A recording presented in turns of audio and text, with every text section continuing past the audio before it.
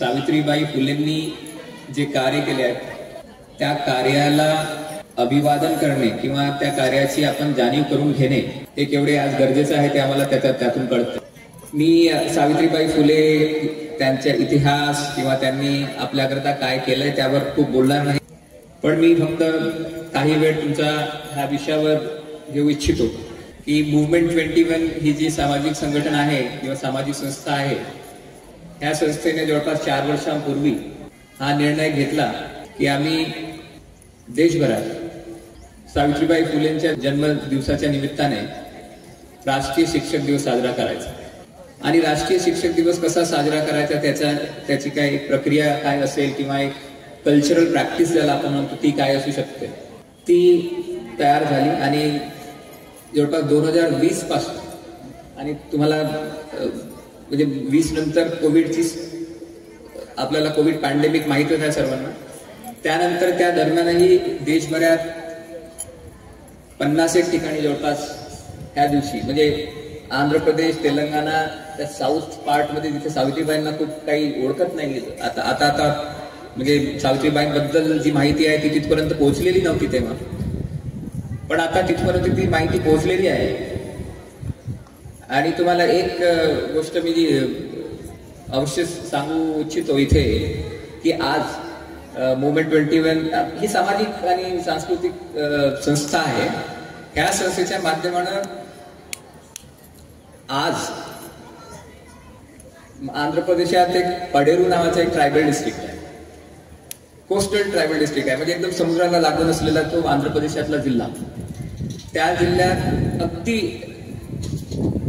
Remote एरियामध्ये असलेल्या एका शाळेत अशा प्रकारची शाळा आहे, त्या शाळेत सावित्रीबाई फुलेंची एक स्टॅच्यू किंवा मूर्ती आपण त्याला म्हणतो ती आज सेटअप करत आहोत आम्ही, आणि तिथे राष्ट्रीय शिक्षक दिवस साजरा होत आहे।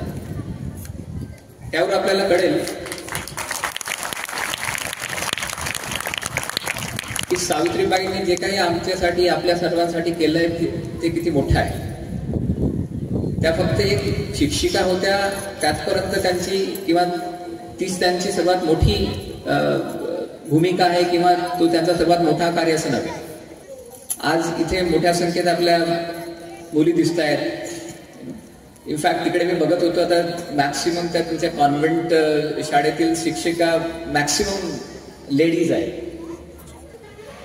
आणि मला खात्री आहे की इथे उपस्थित असलेल्या विद्यार्थ्यांपैकी कितीतरी असे विद्यार्थी आणि विद्यार्थिनी आहेत